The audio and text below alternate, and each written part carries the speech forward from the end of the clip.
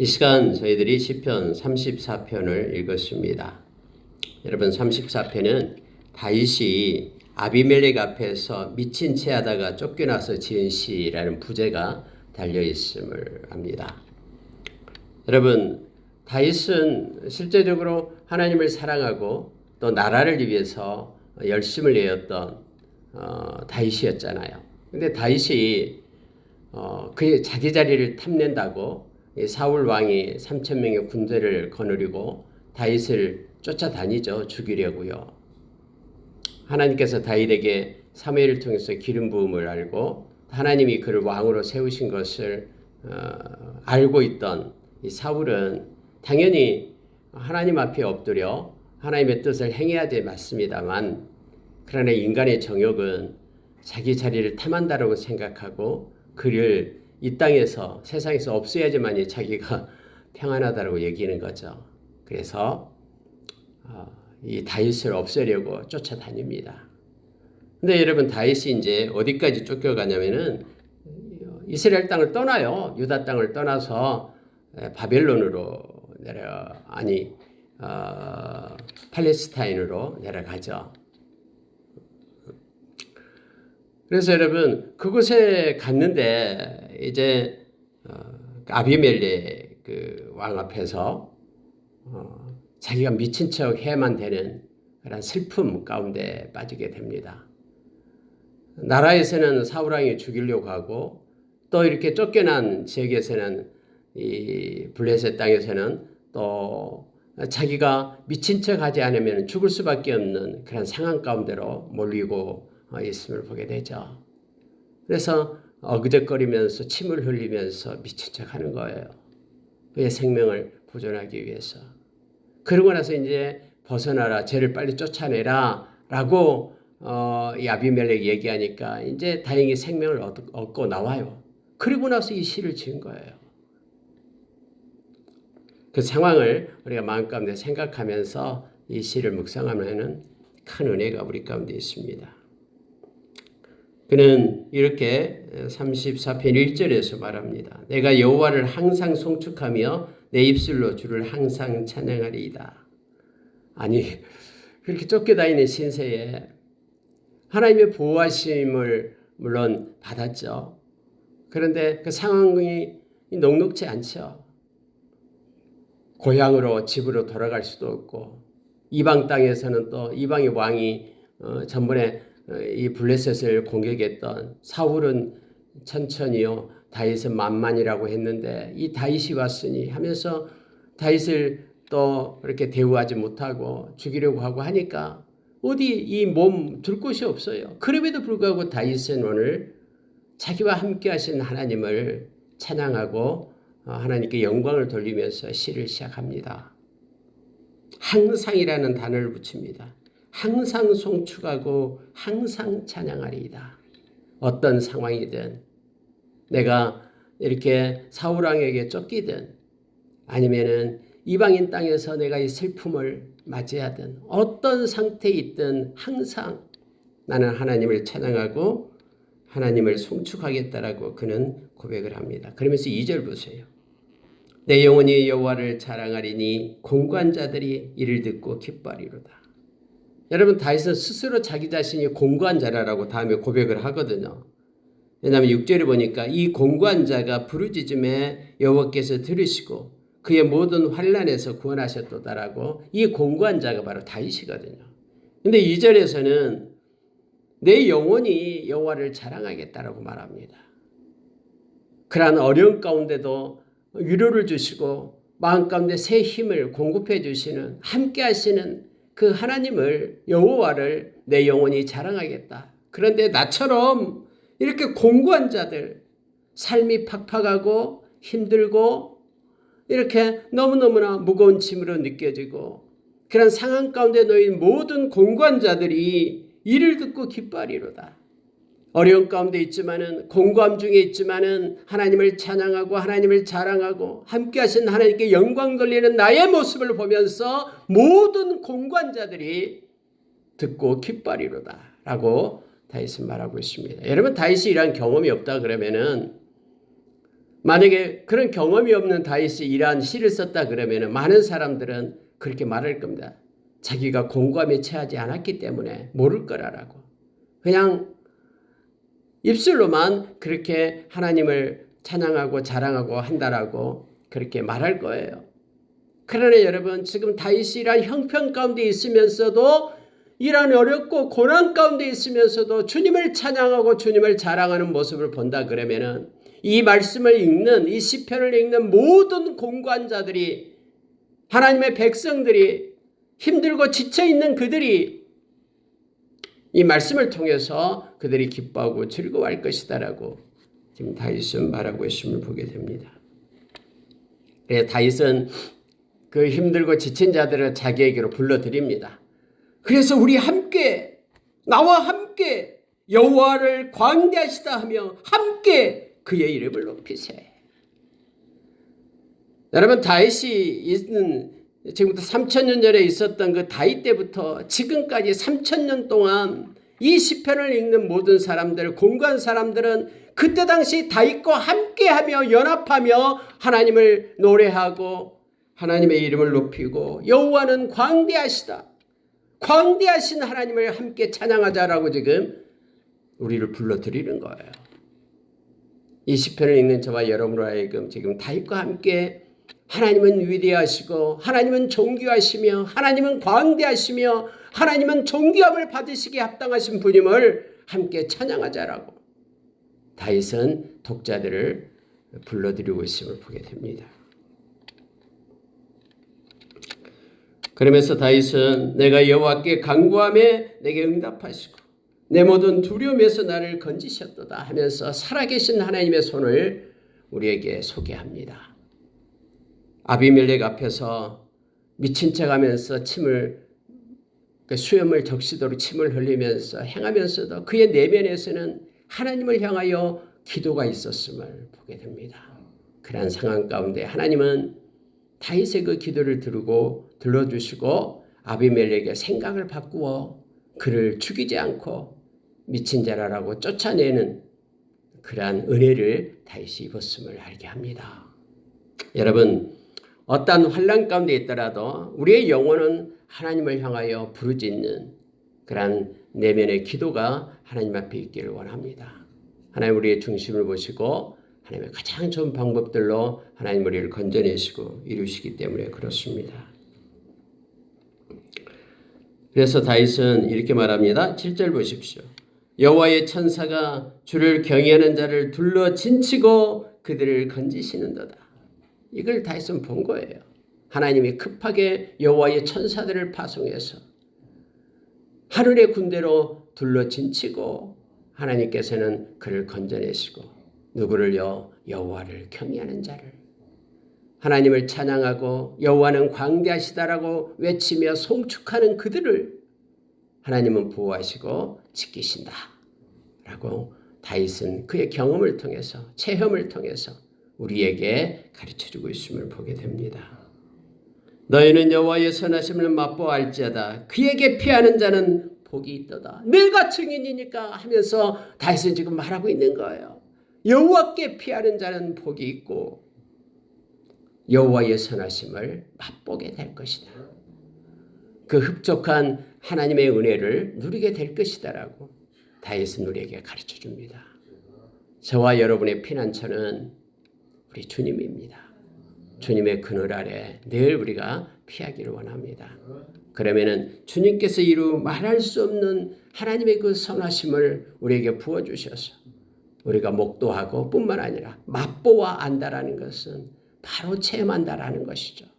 실상에 개입하시는 하나님의 그 은혜를 우리가 알게 될 것이다 라고 다윗은 우리에게 말합니다. 그래서 여호와께 피하는 자는 복이 있도다 말합니다. 여러분 9절에 보면은 그래서 너희 성도들아 저와 여러분을 향해서 외칩니다. 여호와를 경외하라. 그를 경외하는 자에게는 부족함이 없도다. 여러분 이 부족함이다라는 것은 지금 여러분 다윗이 부족한 게 없습니까? 아니 지금 사울이 죽이게 또 쫓아다니고 또 피했는데도 또 아비멜렉 왕이 또 그를 갖다가 없애겠다고 하니까 여러분 부족함이 왜 없어요? 그럼 여기서 부족함이 없다는 게 뭡니까?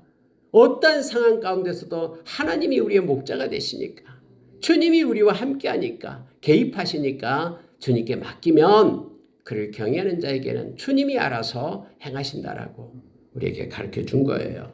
그래서 부족함이 없다라고 말합니다. 여러분, 저와 여러분이 예수 그리스도의 보혈을 힘입고 회개하고 예수님을 우리의 마음 가운데 영접하고 하나님의 자녀가 되잖아요. 그래서 우리는 가지가 되고 예수님은 포도나무가 되죠. 가지는 열매를 맺습니다. 그러나 모든 자양분은 포도나무로부터 공급이 되는 것이죠. 다시 말하면은 우리가 주 안에 있고 주님이 우리 안에 계시는 이 놀라운 신비스러운 믿음의 관계 속에 있는 저와 여러분은 주님과 연합된 자의 모습이죠.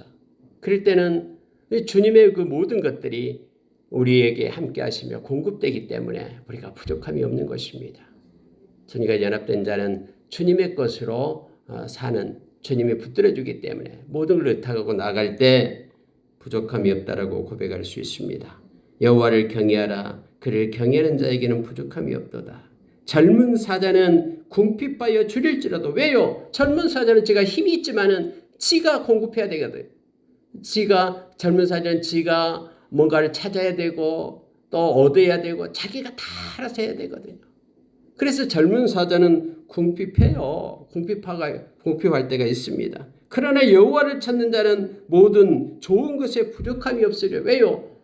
여호와가 함께 하시고 연합하시고 공급하시기 때문에. 젊은 사자는 자기 힘으로 인생을 살지만, 지혜가 있고 힘 있다고 권세가 있다고 살지만 자기가 해야 되기 때문에 궁핍함이 투성이죠. 그러나 여호와를 찾는 자, 하나님과 함께하는 자는 하나님과 연합된 자이기 때문에, 하나님이 공급하시기 때문에 부족함이 없으리로다 라고 말합니다. 그래서 다윗은 자신 있게 말합니다. 너희 자녀들아 와서 내 말을 들으라. 이 말은 위에서 똑같아요. 성도들아 내 말을 들으라. 내가 여호와를 경외하는 법을 너희에게 가르치리로다 하면서 자기가 경험하고 체험했던 하나님을 경외하는 법을 가르친다라고 말합니다. 하나님을 경외하는 자, 하나님을 경외하는 법을 너희에게 가르친다라고 말하면서, 자 12절 보세요. 생명을 사모하고 연수를 사랑하여 복받기를 원하는 사람이 누구냐? 여호와를 경외하는 자가 복받는 자다라고 말하죠. 위에서 말했듯이요. 복이 있도다라고 말했듯이. 그런데 그는 이렇게 13절 14절에서 말하고 있습니다. 그의 혀를 악에서 금하며 내 입술을 거짓말에서 금할지어다. 여러분이 다시 처음으로 말하는 게, 여호와를 경외하는 법이 뭐냐 그러면 거짓을 버리라라는 거예요. 왜요? 하나님은 정직하신 분이기 때문에. 그래 다윗이 자기가 하나님 앞에 정직하게 마음을 쏟고 행해왔던 것처럼, 정직한 자는 하나님을 기뻐하고 하나님께 영광을 드려. 그러면 우리가 하나님을 경외한다고 하면서 거짓의 아비인 사탄의 그런 계략에 빠져가지고 거짓된 삶을 사는 것, 하나님은 너무너무 싫어하시죠. 우리 경외한다라고 그러면은 하나님이 기뻐하는 정직한 자를 기뻐하잖아요.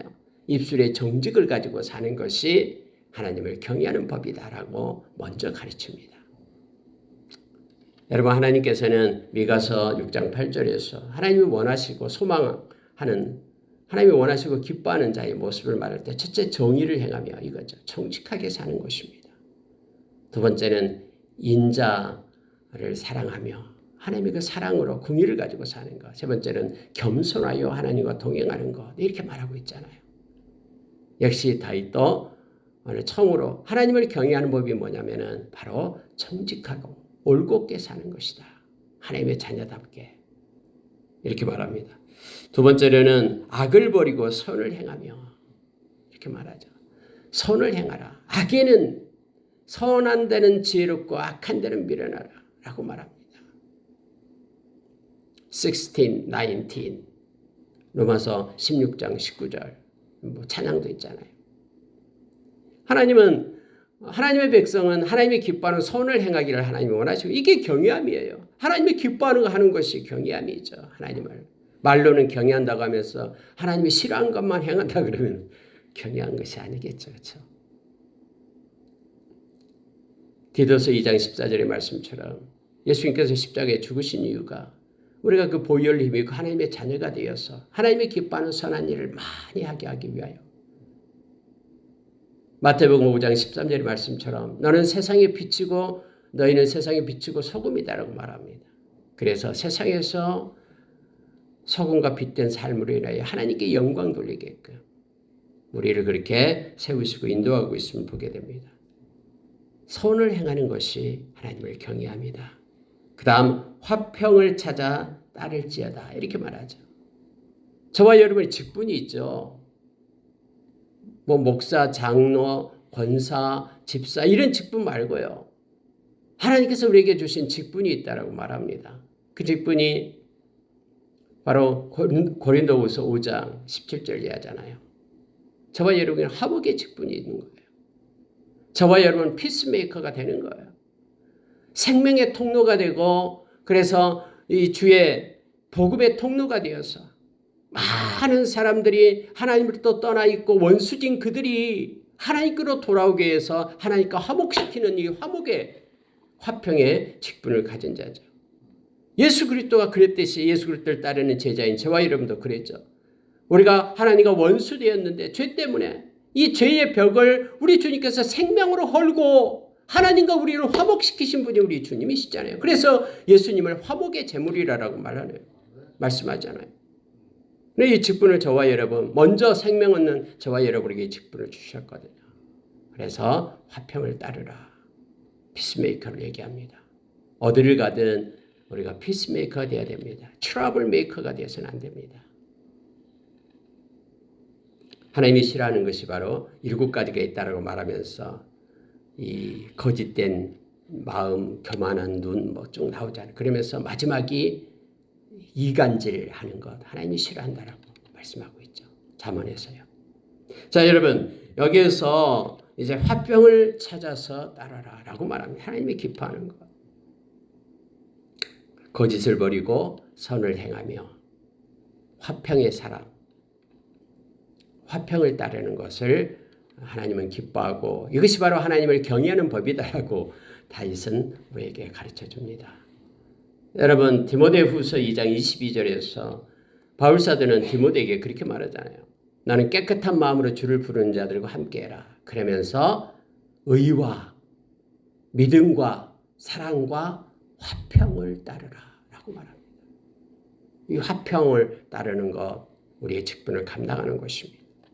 그가 들어가면 막 어렵고 힘든 어떤 단체나 공동체가 서로 하나가 되는 거예요. 소금의 직분을 감당하는 것이죠.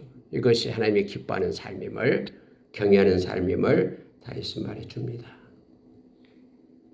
여러분 15절 한번 보십시오. 여호와의 눈은 의인을 향하시고 여호와의 귀는 그의 귀는 그들의 부르짖음에 기울이시는도다. 여호와의 얼굴은 악을 행하는 자를 향하사 그들의 자취를 땅에서 끊으려 하시는도다.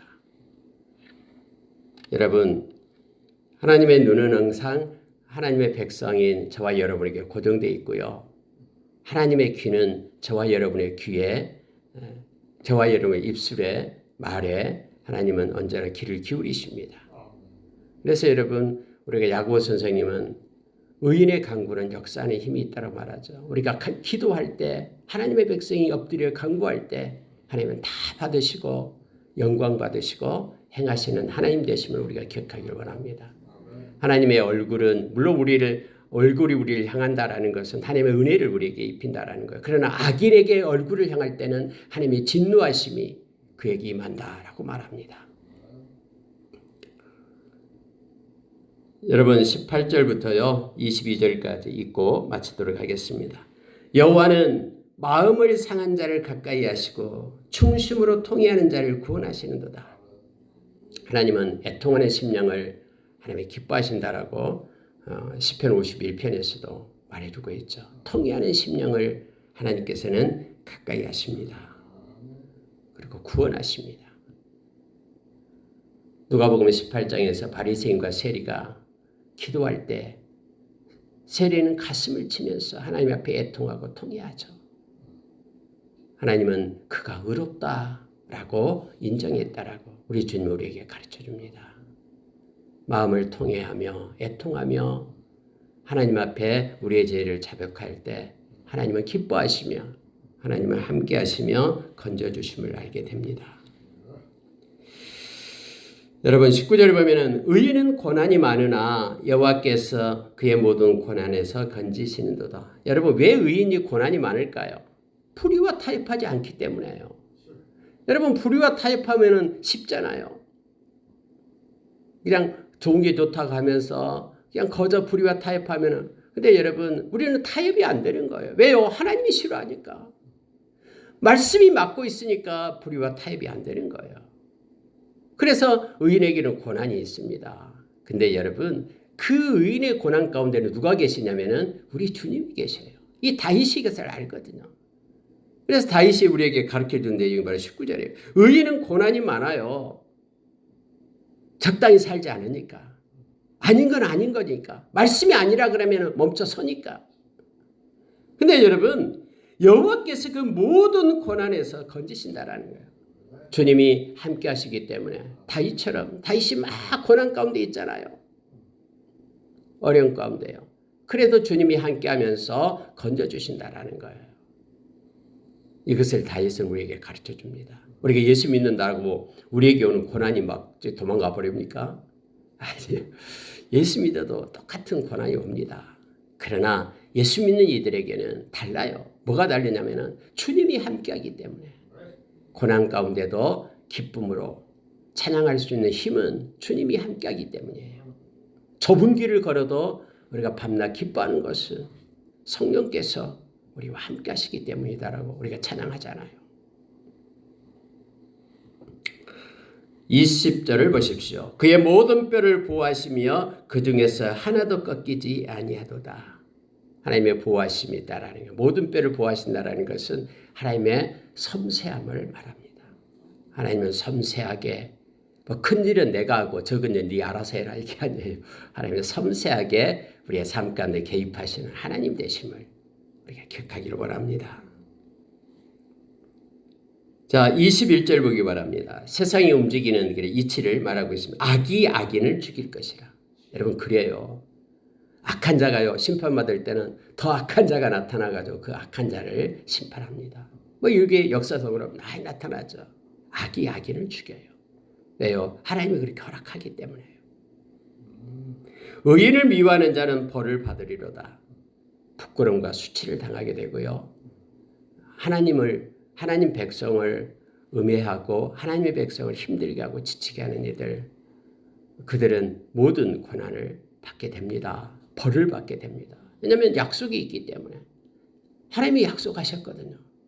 창세기 12장에서 아브라함의 복에 대해서 약속하면서 너를 축복하는 자, 복을 주는 자 내가 복을 주고 너를 저주하는 자 내가 그를 저주하겠다. 원수가 되게 하겠다고 말합니다. 그래서 하나님의 백성은 하나님이 보호하시고 하나님의 백성을 미워하는 그에게는 하나님의 벌을 내리심을 성경은 말해주고 있습니다. 자, 22절 보고 마칩니다. 여호와께서 그의 종들의 영혼을 속량하시나니 그에게 피하는 자는 다 벌을 받지 아니하리로다. 주님께 피난처를 삼는 자, 주님께 피하는 자, 주님이 요새고 반석으로 주님 앞에 나가는 자, 다 하나님께서 건져주시고 보호해주시고 벌을 받지 않게끔 인도하신다고 말하죠. 이미 십자가에서 모든 저주를, 모든 죄의 저주를 우리 주님이 받으셨어요. 그래서 그 십자가로 피하는 자들은 더 이상 저주가 없어요. 이미 하나님으로부터 죄값을 예수님이 지불했기 때문에. 그래서 예수 안에 있는 이들은 예수님이 지불했기 때문에 더 이상 하나님의 진노와 죄의 벌이 없다라는 거예요. 그래서 예수께로 가는 자는 주님의 보호하심이 있습니다.